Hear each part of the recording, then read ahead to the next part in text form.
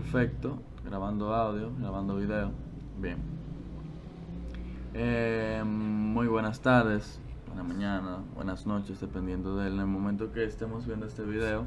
Mi nombre es Ismael Fabián Vargas y junto a mi compañera Ariani Batista vamos a impartir la conferencia de menopausia con nuestra facilitadora María Celeste Grullón, la doctora María Celeste Grullón. Como término de introducción, permítanme, vamos a tener que la transición menopáusica es un periodo endocrinológico progresivo que lleva a la mujer de la menstruación regular, de sus ciclos normales, de ese ciclo, valga la redundancia, normal de 28 días, y que este es predecible, característica de los ciclos ovulatorios, a la última menstruación, acompañada de la senectud ovárica y la menopausia. Hay que destacar que dentro de esta descripción vamos a tener otras que la vamos a desglosar, como lo que es la menopausia, la posmenopausia, la insuficiencia ovárica prematura y otros términos claramente como la perimenopausia o el climaterio. Si vamos a describir la menopausia, tenemos que este término se refiere al periodo que sigue un año después de la fecha última de menstruación. Quiere decir que el término posmenopausia se refiere a, o se describe realmente a los años posteriores a este momento. O sea, luego que pasa el año del periodo de la menopausia, vamos a tener que el tiempo posterior a este se va a describir como posmenopausia. En promedio, se describe que las mujeres tienen una última menstruación a los 51.5 años, según Williams, según obstetricia de Williams, pero hay otras literaturas que nos hablan que dependiendo del inicio de la menarquia de la mujer, este puede variar, ya si tiene una menarquia muy temprana, una menarquia normal, una menarquia tardía. El periodo de la menopausia en cuanto a su presentación va a ser muy variable. Hay que destacar que el término insuficiencia ovárica prematura, se refiere a la interrupción de la menstruación antes de los 40 años de edad y se acompaña de elevación de las concentraciones de las hormonas folículo estimulante o dígase FSH.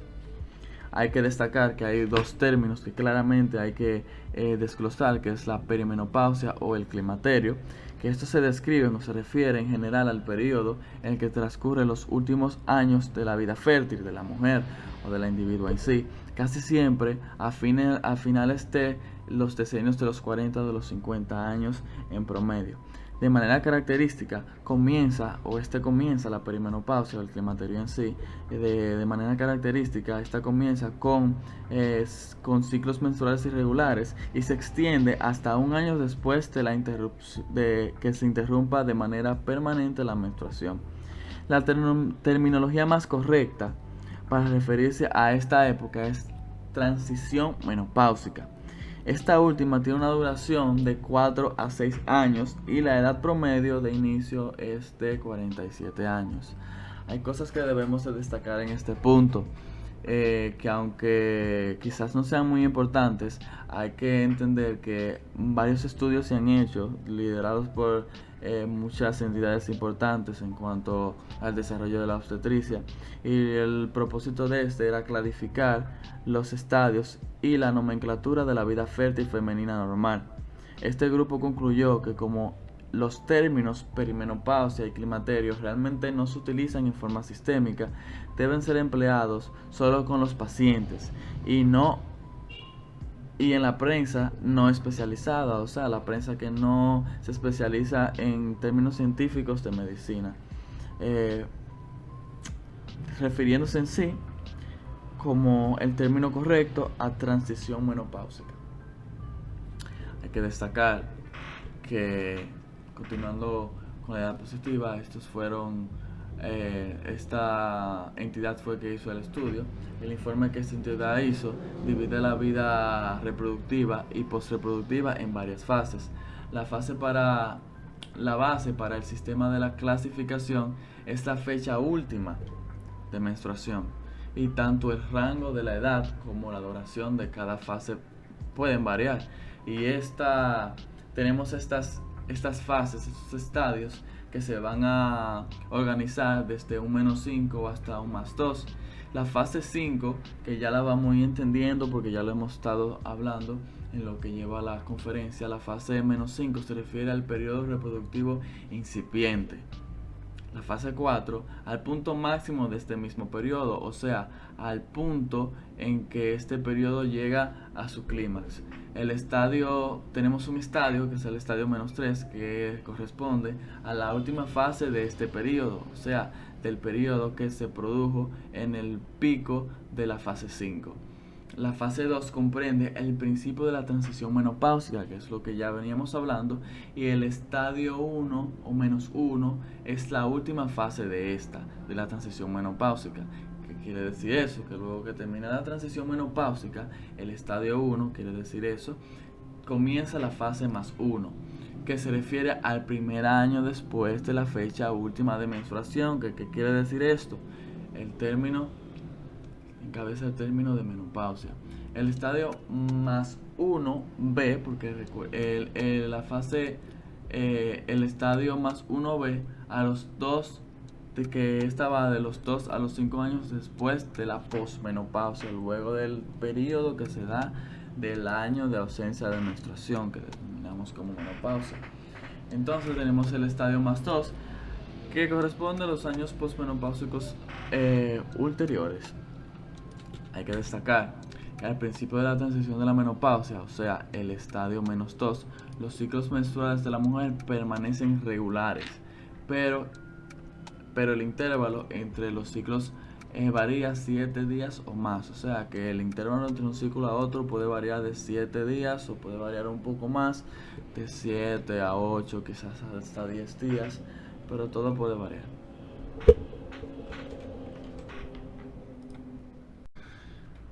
Continuando con la siguiente diapositiva, tenemos que hay factores contribuyentes que pueden acelerar el proceso de la menopausia o favorecer a que la menopausia se vea más rápida o quizás aparezca de forma más espontánea, que pueden ser los factores ambientales, genéticos, quirúrgicos o incluso hasta el tabaquismo. Hay que destacar que en 1979 se hicieron observaciones que destacaron que el tabaquismo acelera la edad de la menopausia, algunos años, quizás de 1 a 2 e incluso hasta 3 años. Además, la quimioterapia, la radioterapia pélvica o la cirugía ovárica causan inicio prematuro de la menopausia. Durante esta transición, la transición menopáusica, las fluctuaciones erráticas de hormonas reproductivas femeninas generan los síntomas físicos característicos y esos trastornos, digamos, entre comillas, psicológicos enumerados que puede presentar la mujer. Entre los cambios en el ovario, vamos a tener que la senetud ovárica es un proceso que en realidad comienza dentro del útero en el ovario embrionario por atresia programada de los ovocitos. Hay que destacar que a partir del nacimiento se activan en forma continua folículos primordiales que maduran de manera parcial y luego sufren regresión. Esta activación folicular continúa en un patrón constante que es totalmente independiente del estímulo hipofisiario. A finales de los 30 y principios de los 40 años de edad comienza una disminución más rápida de los folículos ováricos que continúa hasta el punto en el que el ovario menopáusico casi carece de folículos. Continuando con la diapositiva, tenemos el siguiente acápite que habla de los cambios en las concentraciones de globulina transportadora de hormonas sexuales. Hay que destacar que los principales esteroides sexuales van a ser dos, que va a ser 1 el estradiol y 2 la testosterona. Estas circulan en la sangre unidos a una glucoproteína que se produce en el hígado y se conoce como globulina transportadora de hormonas sexuales o SHGB. Entonces, la producción de esta hormona disminuye después de la menopausia y ojo, se incrementa las concentraciones de estrógenos y testosterona libre. Hay que destacar que también entre los cambios que produce esto en el endometrio son básicamente microscópicos del propio endometrio. Esto refleja en forma directa las concentraciones de estrógenos y progesterona y por lo tanto cambian de manera dramática la fase de transición de la propia menopausia. Hay que destacar que al inicio de dicha transición, el endometrio refleja los ciclos ovulatorios, que son los que predominan en sí durante esta época. Al final de la transición menopáusica, por lo regular hay anovulación y el endometrio, por lo tanto, exhibe los efectos estrogénicos cuando hay falta de exposición progestacional. Por lo tanto, es frecuente observar cambios proliferativos o cambios proliferativos desordenados en el examen patológico cuando se hace algún tipo de biopsia endometrial. Después de la menopausia, el endometrio se atrofia por falta, obviamente, de la estimulación estrogénica. Entre otros acápites vamos a tener los trastornos menstruales, que casi se habla que casi el 50% de las mujeres manifiesta una menstruación irregular durante la transición de la menopausia, que ya lo hemos venido hablando desde un principio. En todos los pacientes, no obstante, la fase menopáusica se debe buscar la causa. Si hay algún tipo de hemorragia endometrial, si hay anovulación, si hay hiperplasia endometrial, si hay algún tipo de neoplasia que es dependiente de los propios estrógenos por la disminución de esta en la fase de la menopausia, y puede ser que haya alguna posibilidad de embarazo. Pero ¿qué ocurre con el embarazo? Que en las mujeres que ya sobrepasan los 40 años se cree que pueden ser que ya no son fértiles, pero hay algunas excepciones que puede provocar un embarazo a esa dicha edad. Muy bien, continuando con la siguiente diapositiva, tenemos los cambios en la termorregulación central. Realmente los cambios más comunes de la mujer durante la transición de la propia menopausia son síntomas vasomotores que se describen como los bochornos. Estos bochornos son un aumento de la temperatura corporal que produce estos signos realmente característicos que pueden sentir la mujer, que se describen como los calores y la propia diaforesis nocturna que este provoca. Entre otros términos, vamos a tener los síntomas propios de estos reflejos vasomotores, que se habla que los cambios termorreguladores y cardiovasculares que acompañan al bochorno se han estudiado realmente bien. Cada bochorno tiene una duración de 5 a 10 minutos y esto se produce por una vasodilatación periférica, donde se dan estos cambios realmente en forma de preguntas. Se van a dar en las manos y los pies, o sea, en las extremidades. Estos van a comprender una elevación de la temperatura corporal de 10 a 15 grados Celsius. Se describe que la mayoría de las mujeres percibe una onda repentina de calor que se extiende por todo el cuerpo, en especial en la parte superior y la cara. La diaforesis, o sea, ese signo característico, esa sudoración que puede presentar la mujer, comienza principalmente en la parte superior del cuerpo y corresponde al momento en que aumenta la conductancia cutánea, o sea, cuando aumenta esa vasodilatación. Tenemos también que los bochornos se acompañan también de elevación de la presión sistólica, ojo, tanto durante la vigilia como durante el sueño. Además, la frecuencia cardíaca aumenta entre 7 y 15 latidos por minuto, más o menos, al mismo tiempo que la vasodilatación periférica y la diaforesis. Tanto la frecuencia cardíaca como la irrigación cutánea alcanzan su punto máximo en los primeros 3 minutos de iniciado el bochorno. O sea, tenemos que esos bochornos empiezan desde 1 a 10 minutos. Al momento de que estos alcanzan su punto máximo de 3 minutos, los síntomas característicos de esto alcanzan su punto máximo. Al mismo tiempo que aumenta, como ya hemos dicho, al mismo tiempo que aumenta el tiempo de la diaforesis y la vasodilatación. Lo hace el metabolismo en forma considerable. En ocasiones también se observan palpitaciones, ansiedad, irritabilidad y quizás en algunas mujeres, en algunos pacientes, en individuos, se puede provocar algún cierto tipo de pánico. Entre 5 a 9 minutos después del iniciado bochorno, la temperatura central desciende de 0.1 a 0.9 grados gracias a que se pierde calor con la transpiración y la vasodilatación periférica. Esto quiere decir, y es muy importante destacarlo, que esta vasodilatación periférica provoca el aumento del calor, ciertamente, pero la diafóresis es un mecanismo de retroalimentación negativa realmente que ayuda a la homeostasis del cuerpo a regular o a combatir este estado de una termorregulación no factible. En cuanto a la fisiopatología de los síntomas vasomotores, tenemos que realmente, no obstante la prevalencia y el impacto de los bochornos, todavía no se tiene una respuesta de la fisiopatología de este, pero probablemente cierta disfunción de los centros termorreguladores centrales del hipotálamo provoca este síntoma tan común que presentan las mujeres en el periodo de la menopausia. El área preóptica medial del hipotálamo contiene el núcleo termorregulador encargado de la transpiración y la vasodilatación.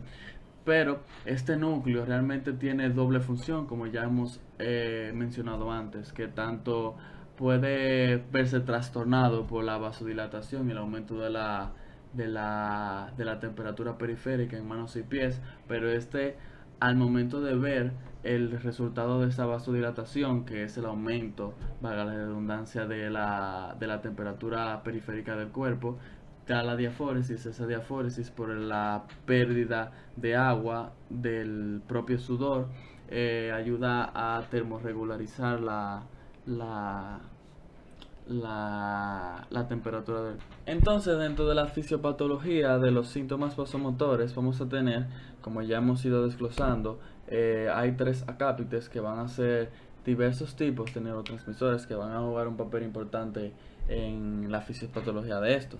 Se habla que los neurotransmisores, en cuanto a la supresión de estrógenos, participan claramente en los bochornos, pero las investigaciones más recientes demuestran que también intervienen otros factores. Por ejemplo, Friedman y sus asociados entre 1998 y el 2001 establecieron la hipótesis de que quizás ciertos cambios en las concentraciones de neurotransmisores contribuyen a los bochornos. Estas concentraciones alteradas de neurotransmisores crean una nueva zona termorreguladora estrecha y reduce el umbral diaforético. Así, incluso un cambio sutil en la temperatura central desencadena los mecanismos para perder calor. Esto quiere decir que como aumentan los neurotransmisores, se me disminuye el umbral para activar la respuesta diaforética para perder el calor, y por lo tanto un cambio sutil, pequeño, por el aumento de los neurotransmisores me da un mecanismo de homeostasis para que el cuerpo pueda regular su temperatura central. En cuanto a la noradrenalina, se cree que la noradrenalina es el neurotransmisor principal para reducir el punto termorregulador y desencadenar los mecanismos para perder calor, que acompañan a los propios bochornos. Antes y después de un bochorno se eleva la concentración plasmática de los metabolismos de la noradrenalina, pero además en varios estudios se ha demostrado que las inyecciones de noradrenalina aumentan la temperatura central e inducen una respuesta para perder el calor. Por lo contrario, los medicamentos que disminuyen la concentración de la propia noradrenalina reducen los síntomas vasomotores. Se sabe que los estrógenos modulan a los receptores adrenérgicos en numerosos tejidos. Friedman y sus asociados en 2001 observaron que los receptores adrenérgicos alfa 2 hipotalámicos disminuyen con el descenso de los estrógenos por la menopausia. Demostraron que la disminución de los receptores adrenérgicos alfa 2 presinápticos provocan elevación de la noradrenalina, generando de esta manera los síntomas vasomotores que ya hemos explicado. En cuanto a la serotonina es otro neurotransmisor que probablemente participa en la fisiopatología de los de los bochornos. La secreción de estrógeno se acompaña de un descenso en la concentración sanguínea de serotonina, seguido de un aumento de los receptores de serotonina en el hipotálamo. Se demostró que la activación de ciertos receptores serotoninérgicos media la pérdida de calor, media la propia pérdida de calor. Sin embargo, la participación de la serotonina en las vías reguladoras centrales es compleja, puesto que la unión de ciertos receptores serotoninérgicos causa retroalimentación negativa, ojo, sobre otros tipos de receptores serotoninérgicos. Hay que destacar que en todo esto tenemos los factores que producen un sueño deficiente y una fatiga en los pacientes o en las pacientes. Las mujeres con bochornos a menudo se quejan de sueño deficiente. Algunas de estas pueden despertar varias veces durante la noche empapadas de sudor. Este trastorno provoca la fatiga. El sueño insuficiente provoca que las mujeres se vengan presentando con una queja de una fatiga, de irritabilidad, síntomas típicos depresivos, una disfunción cognitiva y un deterioro del funcionamiento diario. La fatiga quizás es el resultado de la diaforesis nocturna y el sueño deficiente, pero también existe la posibilidad de que sea un factor de riesgo independiente que aún se debe indagar. Durante la transición menopáusica es de gran utilidad proporcionar información apropiada para su diagnóstico. Tenemos los factores de riesgo para los síntomas vasomotores. En cuanto a los diversos factores de riesgo, se han vinculado que la mayor probabilidad de padecer bochornos, incluida la menopausia quirúrgica, están en esta incluida la menopausia quirúrgica, la raza, la masa corporal y el propio hábito del tabaco, del tabaquismo del individuo, del paciente.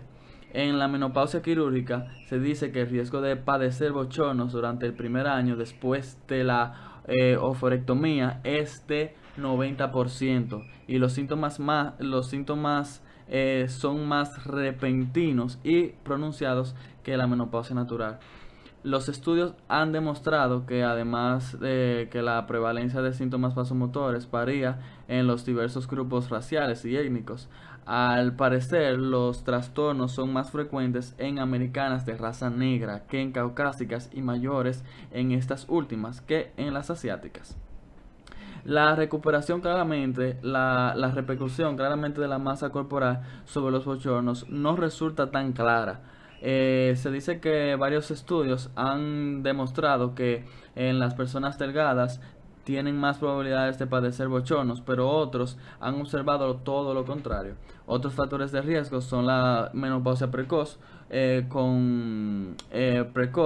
concentraciones bajas de estradiol circulante, un estilo de vida sedentario, claramente el tabaquismo, como ya hemos mencionado, y uso de moduladores selectivos de los receptores de estrógeno. En otro capítulo tenemos metabolismo óseo y cambios estructurales. Hay que destacar que el hueso normal es un tejido dinámico y vivo que está en un proceso continuo de remodelación, el cual también se conoce como recambio óseo. Este permite la adaptación a los cambios mecánicos necesarios para cargar y realizar otras actividades físicas. Hay que destacar que el esqueleto tiene dos tipos de hueso. Uno, el hueso compacto o cortical, y el hueso esponjoso. El hueso cortical es perteneciente al esqueleto periférico, digas extremidades superiores y extremidades inferiores, y este corresponde casi al 80% del hueso total. El hueso esponjoso es el esqueleto, pertenece al esqueleto axial, que comprende lo que es la columna vertebral, la pelvis, la cadera y la porción proximal del fémur. Durante la remodelación ósea, se reabsorbe hueso en forma constante por medio de células gigantes multinucleadas conocidas como osteoclastos, que son, como ya hemos mencionado hace un momento, son aquellas que tienden a remodelar el hueso y a desgastar para que al mismo tiempo los osteoblastos produzcan hueso. La masa ósea máxima depende de la herencia realmente y de una serie de factores endocrinos. Y existe una ventana relativamente estrecha de oportunidad para adquirir masa ósea. En mujeres jóvenes, la masa ósea de la cadera y los cuerpos vertebrales ya se encuentran acumulada al final de la adolescencia, de manera que los años inmediatamente posteriores de la menarquia, o sea, entre los 11 a los 14 años, son en especial importantes. Después de este punto máximo, la reabsorción ósea normalmente se coordina con formación ósea de manera que se logra un equilibrio óseo positivo cuando se llega a la madurez esquelética. O sea, que tanto la reabsorción como la creación ósea va a tener un equilibrio positivo y esto por lo general ocurre entre los 25 y 31 años de edad. De esta manera, la masa ósea disminuye en forma lenta y constante a una velocidad de 0.4% anual de la masa ósea total. Durante la menopausia, la velocidad aumenta de 2 a 5% anual durante los primeros 5 a 10 años y luego disminuye a 1% al año. El riesgo ulterior de padecer fracturas por osteoporosis depende de la masa ósea en el momento de la propia menopausia y de la velocidad con la que se pierde realmente hueso después de la misma. Hay que destacar que la osteopenia y la osteoporosis en cuanto a su frecuencia, hay que ver que estas enfermedades óseas se caracterizan por la reducción progresiva de la masa ósea, que es típico mayor en el hueso esponjoso y predisponen a los pacientes a fracturas de la columna vertebral, caderas y otros lugares a nivel de la composición del esqueleto. En cuanto a las secuelas de la osteoporosis, tenemos que la fractura es la consecuencia más debilitante y clara de la osteoporosis. Cerca de 1.5 millones de norteamericanos padecen fracturas osteoporóticas cada año. Se dice que las más comunes son las de columna vertebral, caderas y muñecas. La movilidad y la mortalidad de las fracturas osteoporóticas se eleva o es elevada y el riesgo de morir después de una fractura clínica es 2 veces mayor que en individuos sin fracturas. Y esto es puede tener diversos tipos de razones, ya que cuando hay una fractura a nivel del hueso se puede dar lo que conocemos como una embolia grasa, ya por la propia vasculatura del hueso se da la rotura del hueso, de la estructura ósea y puede ascender algún tipo de contenido de lípido, de grasa que pueda provocar lo que denominamos embolia grasa. Tanto la fisiopatología de vamos a decir que la osteoporosis es una enfermedad del esqueleto en la que se disminuye la fuerza del mismo, con lo que aumenta el riesgo de fracturarse. Y es algo poco lógico, ya que gran parte de la fuerza de un hueso depende de su densidad mineral, lo que explica la razón por la que la densidad ósea del hueso constituye una herramienta eficaz para identificar pacientes con riesgo elevado de fracturas. Pero sin embargo, tanto la fuerza ósea como el registro de fracturas depende de otras características del hueso, como la velocidad de remodelación, el tamaño, la simetría del mismo, la estructura microscópica, la mineralización, la acumulación de daño y la calidad de la matriz del hueso. El término osteoporosis primaria se refiere a la pérdida de hueso por envejecimiento y por la deficiencia menopáusica de estrógenos. Conforme los estrógenos disminuyen después de la menopausia, se pierde su efecto regulador sobre la reabsorción ósea, o sea, mediante los osteoclastos, y esto produce en consecuencia la reabsorción ósea que se acelera y no es compensada por la formación del hueso nuevo, que es lo que ya hemos hablado posteriormente. En cuanto al diagnóstico de la osteoporosis y la osteopenia, vamos a tener que va a ser directamente con una radio. Aquí lo tenemos, permítanme. Va a ser dependiente de una radioabsorciometría y su prevención va a ser meramente con tratamiento a base de calcio ejercicio de pesas y con farmacoterapia.